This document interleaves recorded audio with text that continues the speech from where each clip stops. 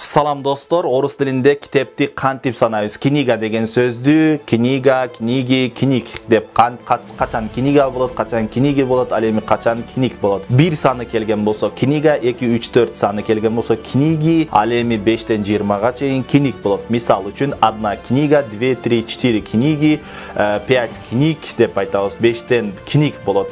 5 книг, 9 книг, 10 книг, 15 книг, 19 книг, 20 книг, 21 книга, 22 книги, 23 книги, 24 книги, 25 книг, 26 книг, 27 книг, 29 книг, 28 книг, 31 книга деп кайра 1 саны келген болсо 1 книга деп айтабыз.